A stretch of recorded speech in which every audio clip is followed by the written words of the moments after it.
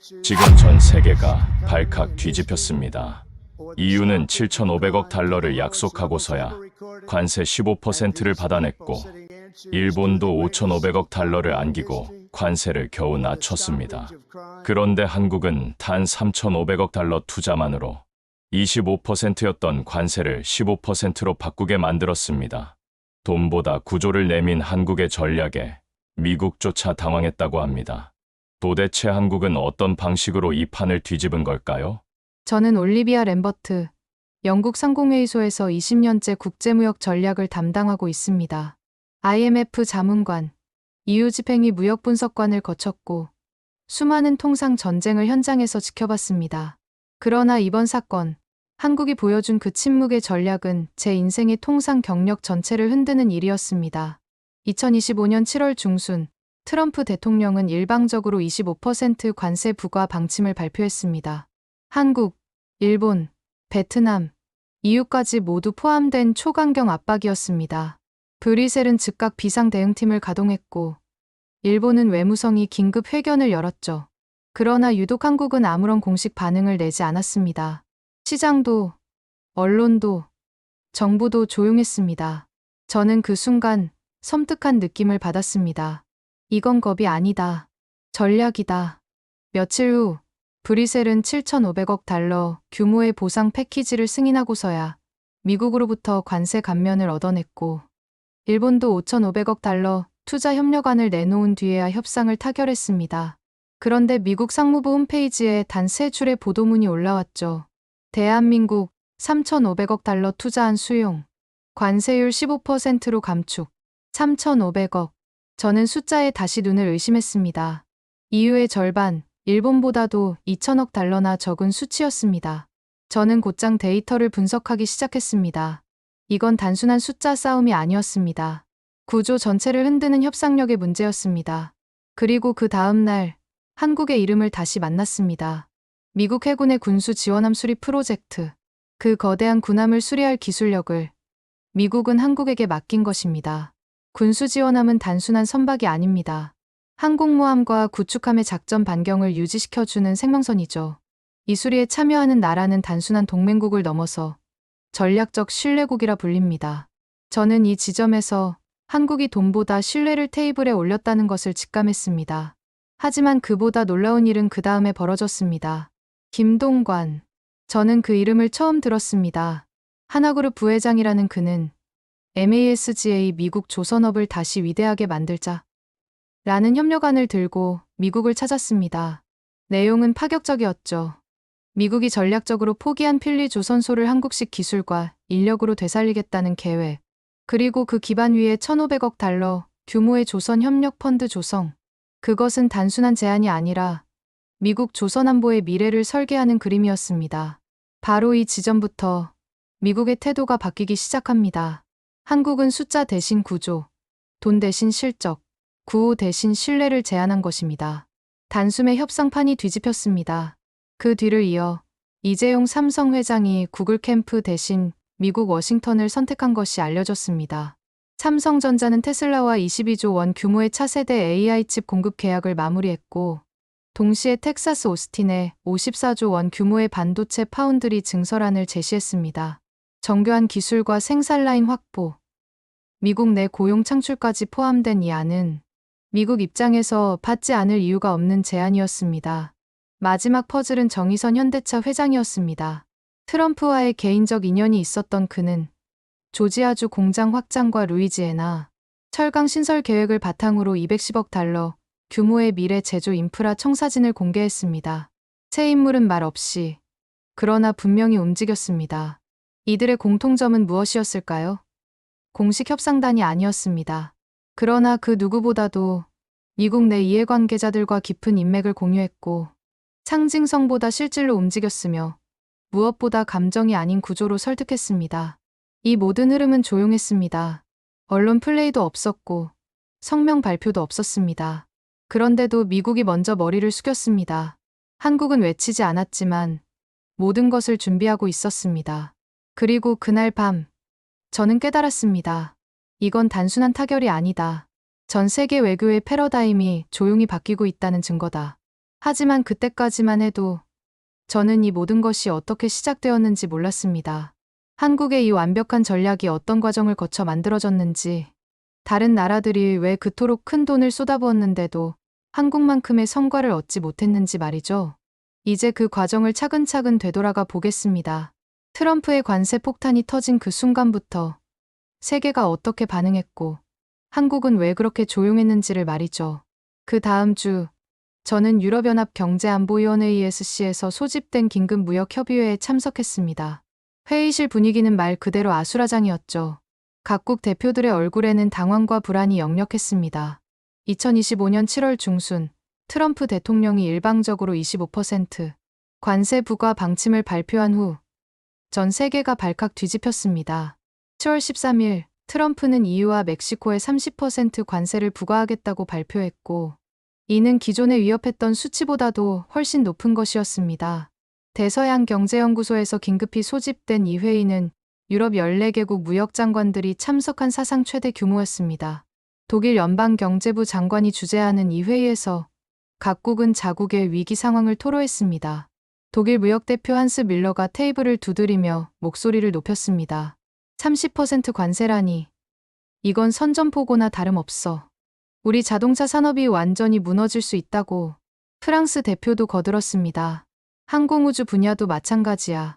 에어버스 수출이 반토막 날 거라고. 국제무역분석센터 ITAC에서 발표한 긴급 보고서에 따르면 30% 관세가 실제 적용될 경우 유럽 경제는 GDP의 2.3% 타격을 받을 것으로 예상됐습니다. 이는 2008년 금융위기 수준의 충격이었죠. 저는 조용히 앉아서 각국의 대응 시나리오를 정리하고 있었습니다. 모두가 예상 가능한 패턴이었죠. 위기 상황에서 나타나는 전형적인 반응들이었습니다. EU는 결국 6천억 달러 투자와 함께 15% 관세율로 타결했지만 그 과정은 험난했습니다. 7월 27일 트럼프와 폰데어라이엔 EU 집행위원장이 합의를 발표하기까지 유럽은 몇 달간 극심한 불안에 시달렸습니다. 이탈리아는 이미 3,200억 달러 규모의 인프라 투자안을 검토 중이라고 발표했습니다. 스페인은 2,800억 달러의 에너지 협력 패키지를 준비한다고 했죠. 숫자 경쟁이 시작된 겁니다. 유럽 무역분석기구 European Trade Analysis Bureau에서 소집된 후속 회의가 끝나고 저는 일본 무역성 고위 관계자와 비공식 면담을 가졌습니다. 그는 깊은 한숨을 내쉬며 말했습니다. 올리비아, 솔직히 말하면 우리도 막막해. 550억 달러 투자로 15% 관세를 받아낸 건 다행이지만 처음엔 25% 관세를 위협받았었거든. 태평양 경제안보연구소에서도 긴급 분석 보고서를 발표했습니다. 일본의 대미 수출 의존도가 높은 자동차 산업이 가장 큰 타격을 받을 것이라는 내용이었죠. 그때 제가 질문했습니다. 한국은 어떻게 생각해? 그의 표정이 묘하게 바뀌었습니다. 그게 한국이 이상해. 완전히 조용하거든. 우리가 비공식 채널로 접촉해봤는데 검토 중이라는 말만 계속 반복하더라고. 저는 그 순간 뭔가 다른 게임이 진행되고 있다는 직감을 받았습니다. 런던으로 돌아온 저는 즉시 한국 관련 데이터를 분석하기 시작했습니다.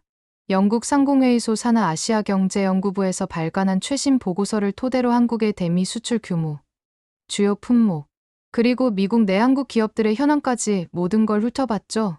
숫자는 명확했습니다. 한국이 입을 타격은 생각보다 훨씬 클 것이었습니다. 반도체 수출만 해도 연간 680억 달러, 자동차는 220억 달러, 조선업까지 합치면 1200억 달러가 넘었죠. 25% 관세가 부과되면 한국 경제는 심각한 타격을 받을 수밖에 없었습니다. 그런데 왜 이렇게 조용할까요? 제가 알고 있던 한국은 그런 나라가 아니었습니다. 2019년 일본과의 무역 분쟁 때를 떠올려 보세요. 한국은 즉각적이고 강력한 대응을 보였었죠. 불매운동부터 WTO 제소까지 모든 카드를 다 썼었습니다. 하지만 이번에는 달랐습니다. 정부는 물론이고 언론도 시민사회도 이상할 정도로 조용했습니다. 마치 누군가 시나리오를 짜놓고 움직이는 것 같았죠. 그 주말 저는 우연히 월스트리트 저널의 작은 기사 하나를 발견했습니다. 한국 대기업 CEO들의 연수의 미국 출장. 겨우 3줄짜리 짧은 기사였지만 그 안에 흥미로운 내용이 있었습니다. 하나그룹 김동관 부회장이 갑자기 미국으로 출국했다는 내용이었습니다. 공식 일정도 없고 언론 발표도 없이 조용히 떠났다고 했죠. 그리고 며칠 뒤에는 삼성전자 이재용 회장도 구글 캠프 참석을 취소하고 미국으로 향했다는 소식이 들렸습니다. 저는 이 시점에서 확신했습니다. 한국이 조용한 건 겁이 아니라 전략이라고 말이죠. 하지만 솔직히 말하면 저는 여전히 회의적이었습니다. EU가 6천억 달러 투자 패키지로 15% 관세를 받아내고 일본도 550억 달러 투자로 같은 15% 관세를 얻어낸 상황에서 한국이 무슨 수로 더 나은 조건을 얻어낼 수 있을까요? 그때까지만 해도 저는 이 게임의 규칙을 잘못 이해하고 있었습니다. 이건 단순한 숫자 게임이 아니었거든요. 미국이 원하는 건 돈이 아니라 다른 무언가였습니다. 그리고 그 다른 무언가를 한국이 정확히 파악하고 있었다는 걸 저는 며칠 뒤에야 깨닫게 됩니다. 런던의 어느 비 오는 밤, 저는 사무실에서 혼자 한국 관련 자료를 정리하며 생각했습니다. 과연 한국의 이 침묵이 계산된 전략일까? 아니면 그저 시간을 끄는 것일까? 답은 곧 명확해질 것이었습니다. 그리고 그 답은 김동관이라는 한 사람으로부터 시작될 것이었죠. 8월 첫째 주 화요일 아침, 제 책상 위로 한 통의 이메일이 도착했습니다. 발신자는 워싱턴의 국방부 조달청에서 일하는 제 동료 마이클 톰슨이었죠. 제목은 단순했습니다. 이거 봐야 할 것 같은데. 첨부된 문서를 열어보는 순간 저는 깜짝 놀랐습니다. 하나그룹이 미국 국방부에 제출한 제안서의 일부였거든요. 문서 제목이 인상적이었습니다. 미국 조선업을 다시 위대하게 만들자는 의미의 협력안이었죠. 트럼프의 구호를 조선업에 적용한 것이었습니다. 저는 속으로 중얼거렸습니다. 영리하네. 하지만 제안서 내용을 보고는 정말 충격을 받았습니다. 이건 단순한 아부가 아니었어요. 진짜 게임 체인저였거든요. 첫 번째 핵심은 필라델피아 조선소 부활 계획이었습니다. 미국이 2000년대 초반 포기했던 그 유명한 필리 조선소 말이죠. 한때 미국 해군력의 상징이었지만 중국과의 가격 경쟁에서 밀려 문을 닫았던 곳입니다. 김동관은 이곳을 한국의 조선 기술과 미국의 군수 수요를 결합해 부활시키겠다고 제안했습니다. 단순히 한국 기업이 투자하겠다는 게 아니라 미국 조선업 전체의 생태계를 복원하겠다는 비전이었어요. 두 번째는 1,500억 달러 규모의 조선협력펀드였습니다. 이 숫자 자체도 놀라웠지만 더 놀라운 건 펀드의 구조였어요. 한국이 일방적으로 투자하는 게 아니라 미국 기업들과 50대 50으로 공동 투자하겠다는 것이었죠. 저는 문서를 읽으면서 소름이 돋았습니다. 이건 돈을 주겠다는 제안이 아니라 미국과 함께 새로운 산업을 만들겠다는 제안이었거든요. 마이클이 전화를 걸어왔습니다. 올리비아, 이거 정말 대단한 거야. 국방부 내부가 완전히 뒤집혔어. 해군 작전부에서는 이미 긍정적으로 검토하고 있다고 하더라고. 정말. 그 보수적인 미군이? 응. 그런데 더 놀라운 건 김동관이라는 사람이 이걸 혼자 준비한 게 아니라는 거야. 뒤에 엄청난 팀이 있었던 것 같아. 제가 더 자세히 알아보니 정말 그랬습니다. 한화는 이 제안서를 준비하기 위해 6개월 전부터 미국 조선업계 전문가들과 비밀리에 협의해왔더군요. 미국 해군 퇴역 장교들, 조선 엔지니어들, 심지어 의회 국방위원회 보좌관들까지 포함해서 말이죠. 김동관은 단순히 돈을 들고 간 게 아니었습니다. 미국이 진짜 원하는 게 뭔지 정확히 파악하고 그 솔루션을 들고 간 거였어요. 그 주 금요일, 저는 우연히 국방부에서 열린 비공개 브리핑에 참석할 기회가 있었습니다. 주제는 미국 조선업의 전략적 중요성이었죠. 브리핑을 진행한 해군 작전부장 제임스 카터 중장의 말이 인상적이었습니다. 여러분도 아시겠지만 중국이 조선업에서 세계 1위를 차지한 지 오래됐습니다. 우리는 민간 조선소조차 제대로 운영하지 못하고 있죠. 그런 상황에서 누군가 우리에게 윈윈 솔루션을 제시한다면? 그는 직접적으로 한국을 언급하지는 않았지만 메시지는 분명했습니다. 브리핑이 끝나고 저는 카터 중장과 잠깐 대화할 기회가 있었습니다. 중장님, 한국의 조선업 제안에 대해 어떻게 생각하십니까? 그의 답변은 예상외였습니다. 솔직히 말하면 처음엔 회의적이었습니다. 또 다른 로비 시도라고 생각했거든요. 하지만 제안서를 자세히 보니 이건 로비가 아니라 전략적 파트너십이더군요. 어떤 점이 특별했나요? 그들은 우리가 돈이 필요하다고 생각하지 않았어요. 우리가 정말 필요한 건 기술과 인프라였거든요. 그리고 그걸 정확히 제공하겠다고 나선 거죠. 집으로 돌아가는 길에 저는 계속 생각했습니다. 김동관의 이 움직임은 단순한 기업의 로비 활동이 아니었어요. 국가 차원의 전략이 숨어 있었죠. EU가 6천억 달러를 내놓으며 우리를 봐달라고 호소했다면 김동관은 우리가 당신들을 도와주겠다고 제안한 거였습니다. 완전히 다른 접근법이었죠. 그리고 이것은 시작에 불과했습니다. 며칠 뒤 훨씬 더 큰 카드들이 나오기 시작할 거였거든요. 그날 밤 저는 침대에 누워서 생각했습니다. 한국이 정말 이 판을 뒤집을 수 있을까? 김동관의 제안이 정말 게임 체인저가 될 수 있을까?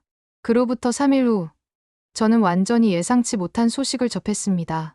이재용 삼성전자 회장이 스위스 다보스에서 열리는 구글 캠프 참석을 갑작스럽게 취소하고 워싱턴으로 향했다는 것이었죠. 처음엔 단순한 일정 변경인 줄 알았습니다. 하지만 그 다음날 터진 뉴스를 보고는 완전히 놀랐어요. 삼성전자가 테슬라와 22조 원 규모의 차세대 AI 칩 공급 계약을 전격 체결했다는 소식이었거든요. 이건 그냥 큰 계약이 아니었습니다. 테슬라의 자율주행 기술과 직결되는 핵심 반도체를 삼성이 독점 공급하게 된다는 의미였어요. 미국 자동차 산업의 미래를 한국이 쥐고 있게 된 거죠. 하지만 더 놀라운 건 그 다음이었습니다. 이재용 회장이 텍사스 오스틴에 54조 원 규모의 반도체 파운드리 증설 계획을 발표한 겁니다. 단순한 공장 확장이 아니라 미국 내 반도체 생산 생태계 전체를 혁신하겠다는 청사진이었어요. 저는 그때서야 깨달았습니다. 이재용의 이 움직임은 김동관의 조선업 제안과 완벽하게 맞물리는 퍼즐 조각이었다는 걸 말이죠. 바로 그 주말 또 다른 충격적인 소식이 터졌습니다. 정의선 현대차 회장까지 미국으로 출국했다는 거였어요. 공식적으로는 조지아주 공장 점검이라고 했지만 실제로는 훨씬 큰 그림을 그리고 있었습니다. 정의선 회장은 조지아주 공장 확장과 함께 루이지애나에 새로운 철강 생산 기지를 건설하겠다고 발표했습니다. 210억 달러 규모의 이 프로젝트는 단순한 자동차 생산을 넘어서 미국 내 철강 공급망까지 혁신하겠다는 구상이었어요. 여기서 정말 놀라운 건 정의선 회장이 트럼프와 개인적인 인연이 있었다는 점이었습니다. 2017년 트럼프 첫 번째 임기 때 백악관에서 만났던 그 인연이 지금 이 순간 결정적인 역할을 하고 있었던 거죠. 저는 이 모든 움직임을 지켜보면서 소름이 돋았습니다. 김동관, 이재용, 정의선, 이 세 사람이 각자 다른 영역에서 움직이고 있었지만 모든 것이 하나의 거대한 전략으로 연결되어 있었거든요. 조선업에서는 미국의 해군력 복원을, 반도체에서는 AI 혁명의 파트너십을, 자동차에서는 제조업 르네상스를 제안한 거였습니다. 이건 단순한 투자가 아니라 미국의 미래 산업 지도를 함께 그리겠다는 제안이었어요. 더욱 놀라운 건 이들이 모두 공식 협상단이 아니었다는 점입니다. 정부가 나서지도 않았고 외교부가 움직이지도 않았죠. 기업인들이 직접 움직여서 국가 간 협상을 이끌어가고 있었던 겁니다. 제가 워싱턴의 동료들과 연락을 취해보니 미국 내부의 반응도 흥미로웠습니다. 국무부는 당황하고 있었지만 국방부와 상무부는 완전히 다른 반응을 보이고 있었어요. 국방부 고위 관계자는 이렇게 말했습니다. 한국이 제시하는 건 우리가 정말 필요한 것들이야. 중국과의 경쟁에서 우리가 밀리고 있는 분야들을 정확히 짚어내고 있어. 상무부에서도 비슷한 반응이었습니다. 이건 단순한 외국인 투자가 아니야. 우리 산업 전체의 경쟁력을 높여주는 전략적 파트너십이지. 저는 이 시점에서 한국의 전략이 얼마나 치밀했는지 깨닫기 시작했습니다. EU나 일본처럼 우리를 도와달라고 애원하는 게 아니라 우리가 함께 더 강해지자고 제안하고 있었던 거예요. 그리고 무엇보다도 이들은 완벽한 타이밍을 잡고 있었습니다. 트럼프가 관세 협상에서 가장 압박을 받고 있는 시점에 미국이 정말 원하는 솔루션을 들고 나타난 거였거든요. 하지만 저는 여전히 의문이 있었습니다. 이 모든 것이 정말 우연의 일치일까요?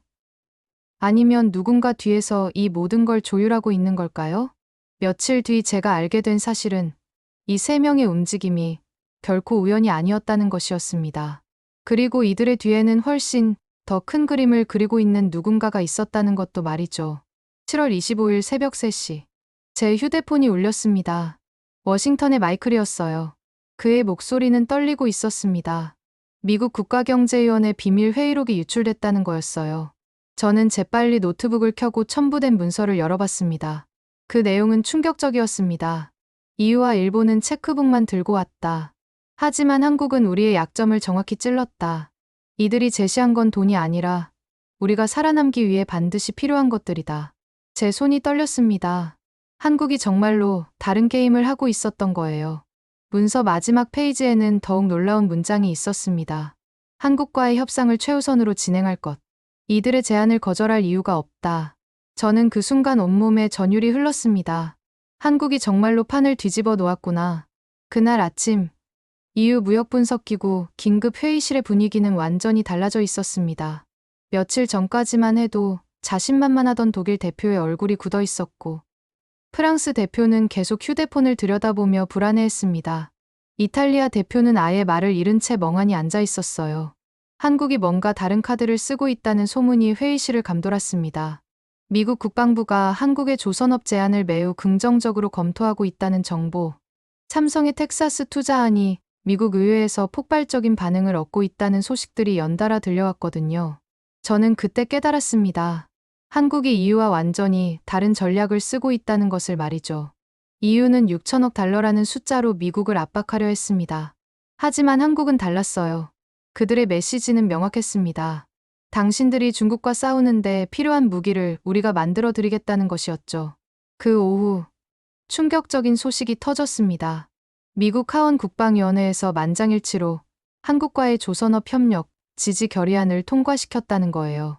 공화당이 발의했는데 민주당까지 전원 찬성한 거였습니다. 제가 중얼거렸습니다. 이건 말이 안 됐어요. 미국 의회가 이렇게 빠르게, 그것도 만장일치로 결정하는 경우는 거의 없거든요. 더 놀라운 건 그 다음이었습니다. 상원에서도 비슷한 결의안이 발의됐다는 소식이 들려왔어요. 저는 그 순간 소름이 돋았습니다. 한국이 미국 정치권 전체를 움직이고 있었거든요. 워싱턴의 지인들에게 연락을 취해본 결과는 더욱 놀라웠어요. 한국 기업들이 의회를 상대로 로비를 한 게 아니었습니다. 대신 보잉, GE, 로키드 마틴 같은 미국 대기업들이 먼저 나서서 한국과의 파트너십을 지지하고 있었던 거예요. 저는 그제서야 한국 전략의 진짜 무서운 점을 깨달았습니다. 이들은 미국을 설득한 게 아니라 미국이 스스로 한국을 선택하게 만든 거였어요. 10월 31일 오전 9시 13분. 저는 평소처럼 미국 상무부 홈페이지를 확인하고 있었습니다. 그런데 갑자기 새로운 보도자료가 올라왔어요. 제목을 보는 순간 저는 의자에서 벌떡 일어났습니다. 심장이 쿵쾅거렸어요. 대한민국과의 무역협정 타결 발표. 드디어 결과가 나온 거였습니다. 관세율 15% 적용. 3,500억 달러 상호 투자 협력 합의. 저는 그 숫자를 다시 한번 확인했습니다. 3,500억 달러. 정말이었어요. EU는 6천억 달러로 15%를 받았는데 한국은 3,500억 달러로 같은 15%를 받아낸 거였습니다. 2,500억 달러나 적게 말이죠. 제 손은 떨렸고 머리는 어지러웠습니다. 이게 정말 현실인가 싶었어요. 마이클에게 즉시 전화를 걸었더니 국방부가 난리라고 했습니다. 모두들 한국이 어떻게 이런 결과를 만들어냈는지 분석하고 있다는 거였어요. 하지만 더 놀라운 건 한국 정부의 반응이었습니다. 아무 반응이 없었거든요. 기자회견도 없고 성명서도 없었어요. 한국 뉴스를 찾아봤습니다. 정말이었어요. 이재명 대통령은 어떤 공식 발표도 하지 않았습니다. 청와대 대변인이 정례 브리핑에서 합리적인 조건으로 타결됐다고 한마디 한 게 전부였어요. 저는 의아했습니다. 다른 나라였다면 당장 승리 선언을 했을 텐데요. 그때 브뤼셀에서 급한 전화가 왔습니다. EU 무역분석기구에서 긴급 회의를 소집했다는 거였어요.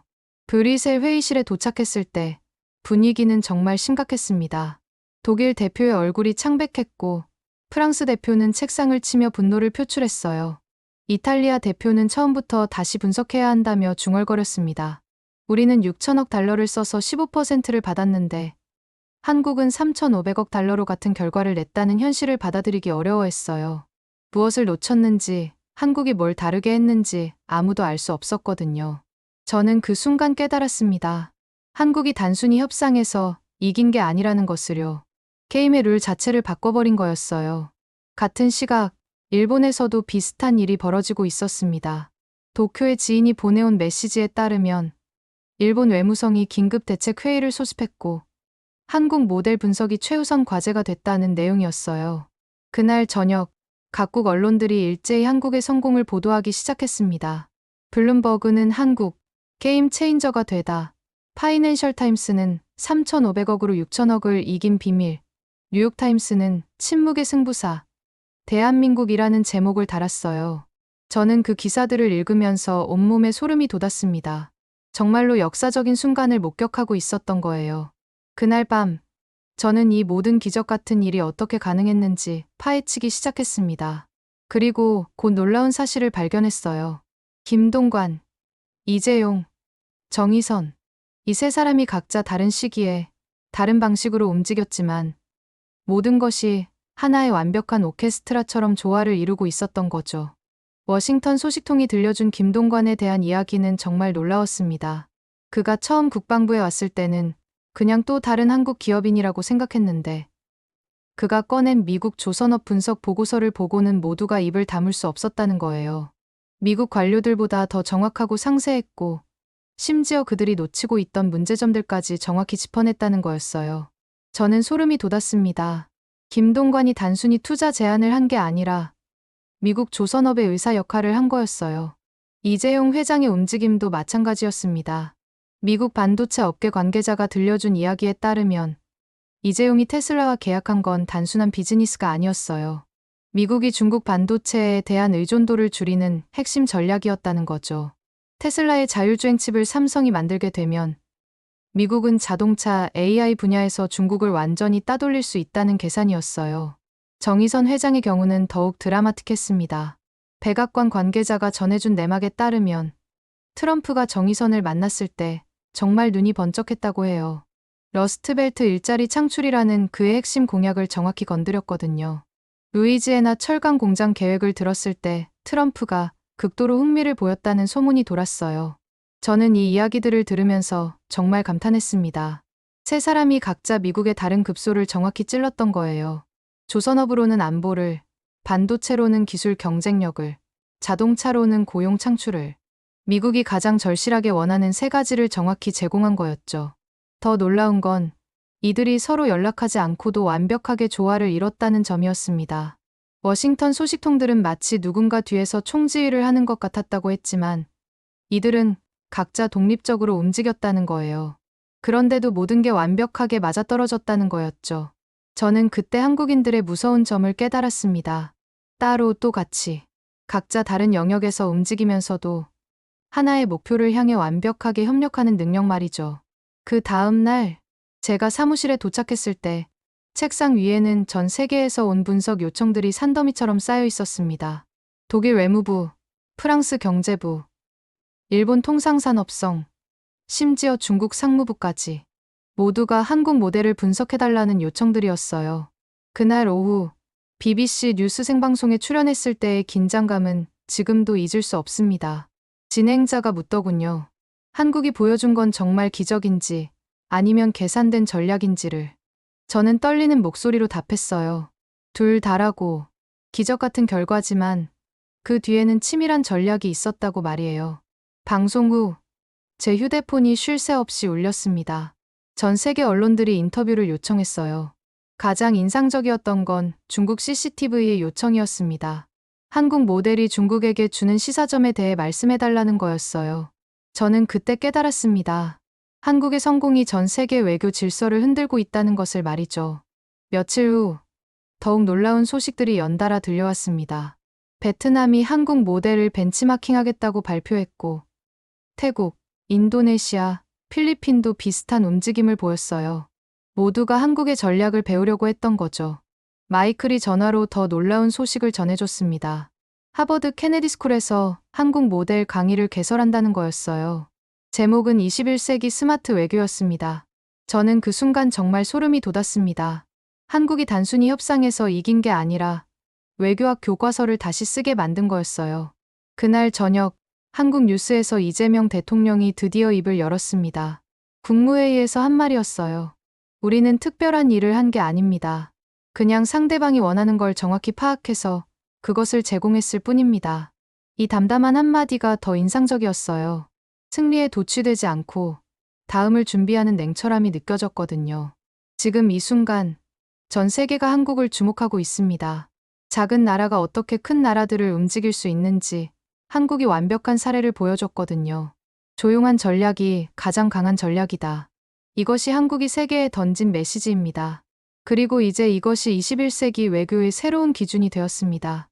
저는 20년간 이 일을 해오면서 이런 완벽한 승리를 본 적이 없습니다. 한국이 보여준 이 기적은 앞으로 오랫동안 회자될 것 같아요. 정말로 세상이 바뀌는 순간을 목격한 것 같습니다. 돌이켜보면 이번 한미 관세 협상은 단순한 수치나 외교적 타결, 그 이상의 의미를 지녔습니다. 누가 가장 크게 소리쳤는가가 아니라 누가 가장 정교하게 준비했는가가 승패를 가른 것이었죠. 한국은 이번에도 떠들지 않았습니다. 거대한 투자 약속도 없었고 화려한 언론전도 없었습니다. 그러나 그 침묵은 공허가 아닌 계산된 전략이었고 그 전략은 결국 세계 최강국을 설득하는 데 성공했습니다. 그리고 그 과정을 지켜본 저는 더 이상 예전의 시선으로 한국을 바라볼 수 없게 되었습니다. 한때 빠르지만 경솔하다 여겼던 나라, 이젠 조용하지만 무서운 전략국으로 진화한 나라. 그 중심에는 정부도 있었고 산업도 있었고 무엇보다 실력과 신뢰를 동시에 쌓아온 한국인들이 있었습니다. 저는 오늘 이 이야기를 끝내며 한 가지 확신을 갖고 있습니다. 앞으로의 세계 질서를 설계할 때 한국은 결코 배제될 수 없는 나라가 될 것입니다. 그들은 말이 아닌 준비로 증명했고 감정이 아닌 데이터로 설득했으며 결과로 세계를 놀라게 했습니다. 이 이야기가 누군가에겐 작은 자부심이 또 누군가에겐 조용한 영감이 되었기를 바랍니다. 지금까지 감독누리였습니다.